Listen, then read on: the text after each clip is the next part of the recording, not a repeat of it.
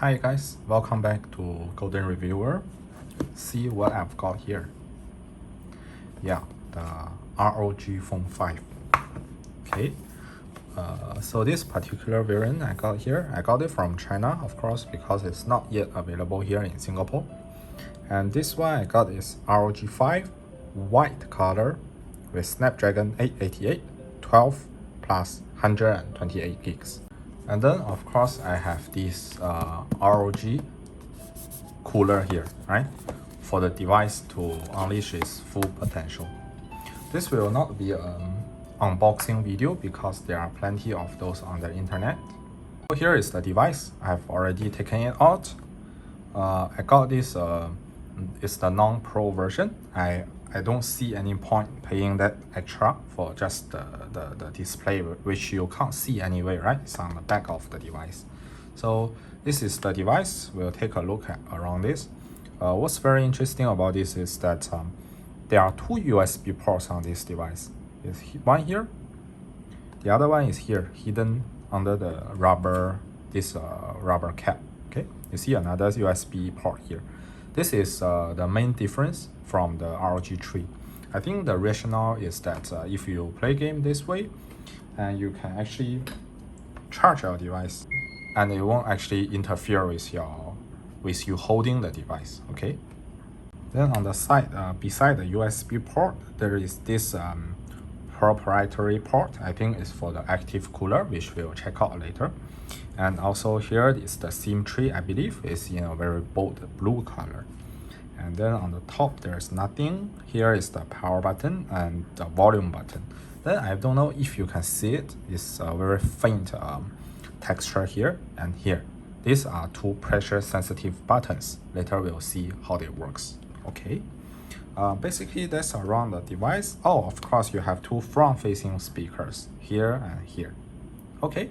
Then of course this ROG logo has an RGB light in it, and it can light up according to your customization. Then the packaging actually looks very interesting. You have this comic kind of style thing, and then there are some beautiful fonts here. And then for accessories, you get the very standard accessories. It's a very nice braided cable. Yeah, it's a very high quality cable and a pretty large power brick. I think this one is capable of doing 65 watt. I think yes, 65 watt max. See here. Of course, I'll do a charging test later on. And then inside here, you have this free hard case. Okay, let's take a look at the case. Okay, here is the case. It's a very thin and light one. So I suppose we can put it on. Okay, so it doesn't cover your logo, right? So when your logo is lighting up, you'll still be able to see it, and it feels quite nice in hand, I say. And then of course another thing about this device is that it has an 144 Hz display. Okay, now I'm set it to auto. Maybe it will just switch the refresh rate according to your use case, but you can see that it can go up to 144 Hz. And then of course this device is running on Snapdragon 888. Here you can see in the CPU Z. And this one I have is 12 gigs of RAM and 128 gigs of ROM. I think 12 gigs is more than enough. Of course, with the Pro version or whatever Super Pro version, you can go up to 18 gigs. But I think it's more like just a number game or gimmick. You don't actually need that much of a RAM on your smartphone, okay? And of course, this is this fan. It costs almost 80 to 100 Singapore dollars. To my surprise, this fan is actually not a portier device, right? It's not a portier device. It's just a fan only. If you can see, it's just a small fan. Then of course here you have the ROG pins, which should be able to connect to the device here. Later I'll show you how. And what's more interesting is that you get two extra buttons with this fan. Okay, here and here, you can hear it when you press it. I think it also connects to the phone with these pins. So that means you get two extra buttons for your gaming if you buy this thing. but it's not a particular device, of course. And I suppose the cooling effect will not be as good as say something like this Black Shark particular cooler, okay? Because this is basically just a fan. The best it can do is to cool the device down to room temperature, while this one can actually go below room temperature, okay? Then of course the nice thing with this is you don't need an extra cable to connect to it, right? Here for this one you need a cable, but for this one the phone will be providing power to the fan. Okay, let's see how to use the fan on this thing. So basically you just like that, and then just clip. Yeah, it's on. And yeah, the fan is actually running. See? Maybe you can't see, but actually I can see that the fan is already running, and there is another ROG light here which is lighting up, and there is no extra cable required. You can play your game like this, and then your two fingers will just be resting on these two buttons, which is quite nice. Okay, yeah, basically that's about the fan. And then of course they do some very nice little designs. They leave a hole here so that you can still charge your device, okay, like this maybe. See, so you can play with a fan to cool your device while at the same time charge your phone. How nice is that? And then inside this so-called game center kind of thing, you can actually customize your fan speed. You see there are 4 stops of fan speed, or you can just leave it on auto. So I think on auto it will detect your system load or system temperature and automatically adjust the fan speed based on that, which is quite interesting. Now I'll show you how to actually customize these fan buttons, right? So in the game you can just swipe to open up this game center, and then it's in air triggers. I think ultrasonic buttons are the ones you have built into the frame of the device, right? And then these cooler buttons will be available when you connect your cooler, and then you just use this toggle to switch it on, and you drag this onto your what you want, right? I'll put my left trigger on my skill and the right one on attack and see how it goes, right? I think that should be it. And that's how it works. You see, I never touch the screen, and I can do an attack. I'm just doing this. It's very interesting, and I can use my left hand to activate my skill because I have already bind that. How interesting is that? Okay, and I suppose you have these 2 buttons. You can also customize something for that. Okay, now I'll use this ROG Phone 5 to run the Genshin Impact game and see how it performs, because currently that's the most popular and most demanding game on the market, right? And of course I have this fan connected and running. I think it's not so obvious in the camera, but it's indeed running. And I also enabled X mode on this device. Okay, X mode basically is the so-called performance mode on this ROG series. Okay, and yeah, let's try 10 minutes of Genshin Impact game and see how it performs. And of course, graphics, everything set to highest. Okay, everything is highest, and of course we'll follow our normal route around this area. We'll play for about 10 minutes and see how the performance is. Okay, so here, just as usual, I'll leave the game running for about 10 minutes, and if you are not interested in watching the full gameplay, you can fast forward to the end of the video. So I'll show you the FPS and power record and give you an overview of what happened during the testing.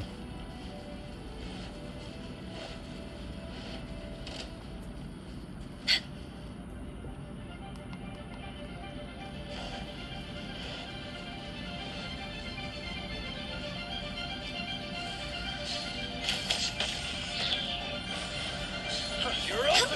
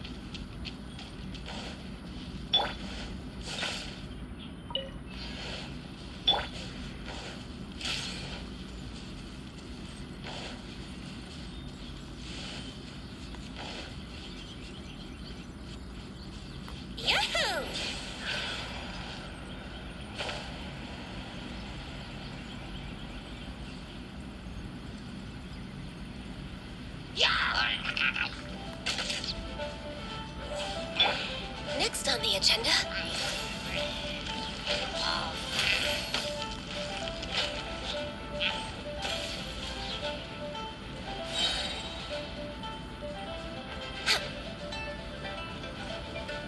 Next on the agenda.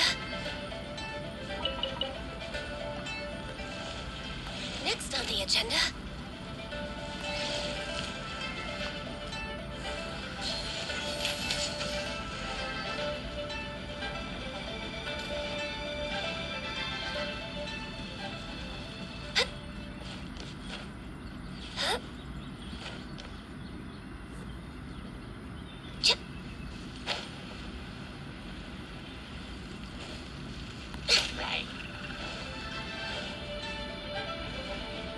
Next on the agenda.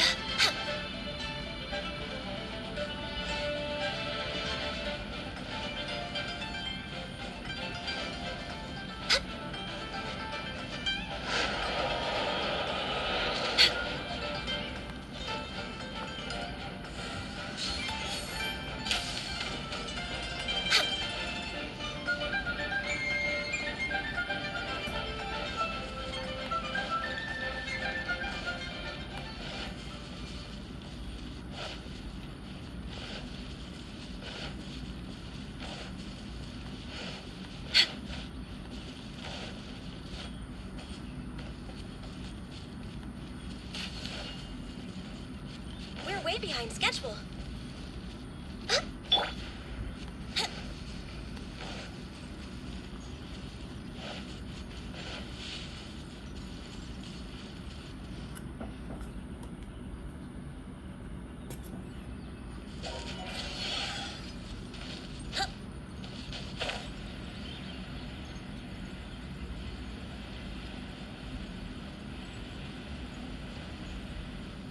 Brace yourselves.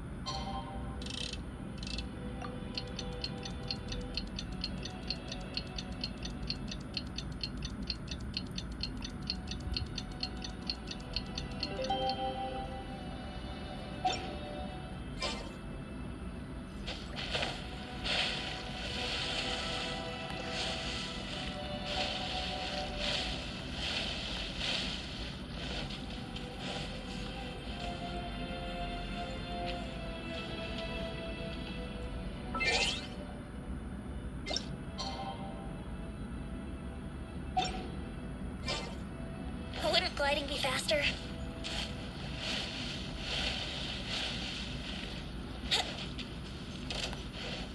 Let's play!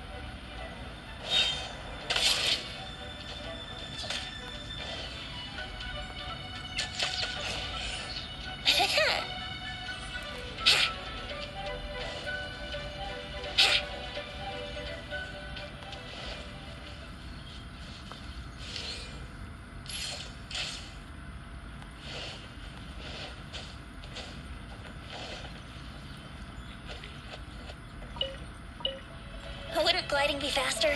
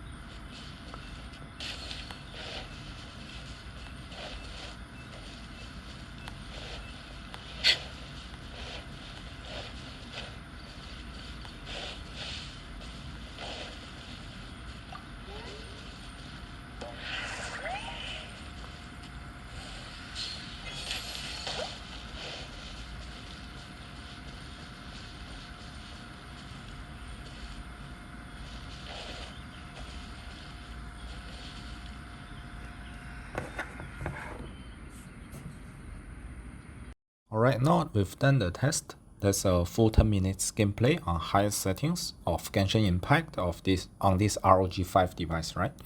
To my surprise, even the ROG 5 device with the fan on and in X mode or the performance mode cannot even maintain 60 FPS throughout the 10 minutes gameplay in Genshin Impact. That tells you how demanding this game is, okay? So maybe it's a game for future generations of device. It's just way too demanding, and that's to be expected, to be honest, because it's a game from PC, all right?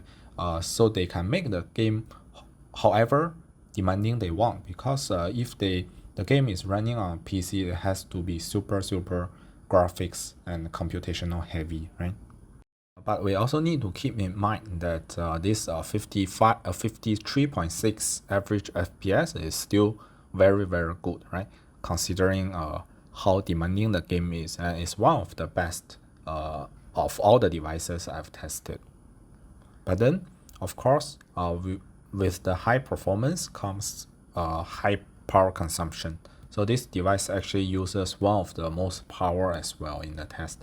It consumes 6.84 watt of power, which is considered quite high already. Most other devices fall into the 5 to 6 watt category, and for Apple and Samsung you have even 4 point something watt, right? So 6.8, close to 7 watt is actually quite high.